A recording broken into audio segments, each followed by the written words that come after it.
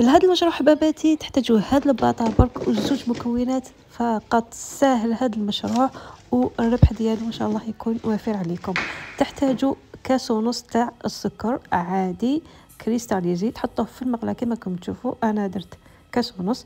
هنا عندي نص كاس تاع الماء وعندي نص كاس تاع الجلوكوز. الجلوكوز عند تقدروا تشروه 17 يدير، ماشي غالي. والسكر موجود في الدار، على بها قلت لكم زوج مكونات، ما كاش دار ما فيهاش السكر. تحطوه على المقله، في المقله عفوا، وتحركوا كما راكم تشوفوا قبل ما تشعلوا النار. من جهه واحده اخرى راح تحضروا الجيلاتين. عندكم لهنا 3 مغارف تاع الجيلاتين، راح ديروا لهم نص كاس تاع الماء يكون دافي. عاود نص كاس تاع الماء يكون دافي كما راكم تشوفوا في الفيديو.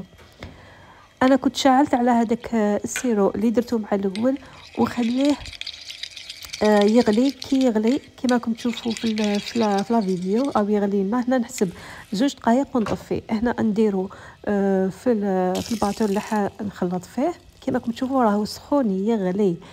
هنا نعاود نضيف عليه هذاك الجيلاتين اللي حضرته مع الاول. راكم تشوفوا كيفاش يكون سخون هذاك العسل اللي درتو مع الاول، ماشي عسيله، هذا الجلوكوز اللي درتو. شوفوا راني نخلط. هنا يبان لكم بلي مازال ما بداش يبيض، بصح مع الوقت يبدا يولي كيما الكريم شونتيي. من جهه واحده اخرى حنحضر هذوك البيض. درت لهم الزيت، درت ساشيات ودرت لهم زيت كما راكم تشوفوا. هنايا راهو رجع ابيض كيما الكريم شونتيي. زدت له هنايا المكون الاحمر، تقدروا ديروا اي نكهه حبيتوا. هنا عطر الفراوله درتو، شوفوا خلطته مليح. هنا درت مع الاول الطبقه الاولى البيضه، مع ودرت الغوص.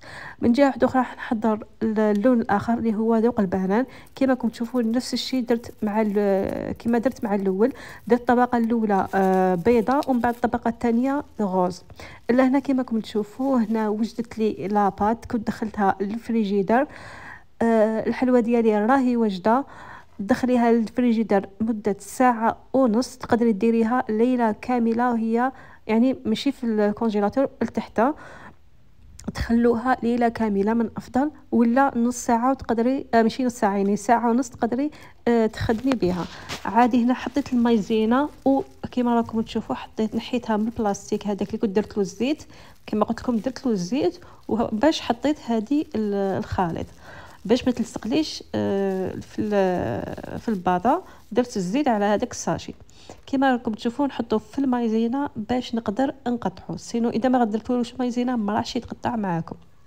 اخواتاتي كما راكم تشوفوا هذا المشروع بزاف بزاف بزاف ناجح. راكم تشوفوا لا تيكستور كيفاش جات ما شاء الله. شوفوا الطراوه، شوفوا الطراوه، شوفوا حبابتي اسفنجي.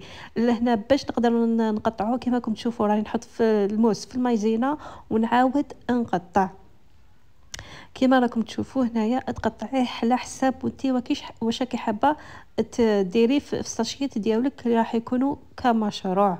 لهنا خواتاتي راكم تشوفوا كيفاش جا اسفنجي قطنه ويذوب في الفم ما شاء الله. ماشي حلو كامل، ماشي حلو يعني جا روعه، جا ما شاء الله. هذا المشروع بزاف بزاف بزاف ناجح، خصوصا بعد ما غلقوا الاستيراد. هذا الحلوى كامل يجيبوها من الخارج، عمرهم ولا يجيبوها يخدموها لهنا باسكو غاليه. شتو على بالكم هاد الحلوى تجي 20,000 فوق 20,000 لزوج حبات ولا 3. هنايا تقدري تخدمي 10 باكيات. هاد الكميه خرجت لي 10 باكيات وراح نبيع فيهم 20,000. سمعتك راني رابحه 200,000 وانا راني خاسره في هذا المشروع فقط. راني خاسره 17,000 تاع الجلوكوز، وراني خاسره 5,000 تاع الجيلاتين فقط. والسكر وعندنا في الدار. سمعتك ماني خسره حتى حاجه، راني خسره 22,000 فقط، وراني رابحه اذا بعتو بالخساره تاع 10,000 وراني رابحه نربح حتى 100,000. اخواتاتي فازي خدموا هذا المشروع وما راحينش تندموا، خصوصا قلت لكم بعد ما غلقوا الاستيراد راح يكون ناقص هذا البرودوي بزاف في المارشي. رايحين تستفادوا منه خصوصا في الصيف.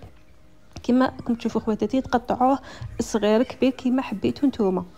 هنايا راني قطعته انايا الصغير يعني. وكي تكونوا تحطوه في لي بواط كمعلومه فقط، ديروا استعينوا بالزيت باش تقدروا تحطوه في لي بواط. راني نقطع فيه كيما راكم تشوفوا هنايا في الصوره.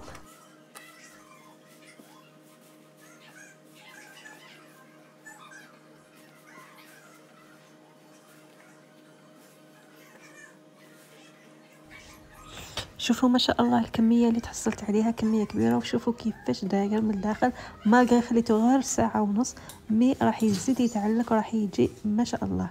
لهنا حكمته كامل ودرتو في هذا الكسكس اللي راكم تشوفوا فيه باش نحيلو هذيك المايزينا الزايده. ديروا له كيما هكذا كيما راكم تشوفوا، تصفيوه مليح من الزيت تاع المايزينا، من بعد تحكموا الساشيات وديروه في الساشيات. وفقط كمعلومة الساشيتي يديروا 10,000 لو فيهم واحد 100 وحدة. هاي الساشيات اللي استعملتهم تقدروا تخدموا بالساشيات صغار. ان شاء الله تنجحوا في هذا المشروع، نتلاقاو في مشاريع اخرى، والسلام.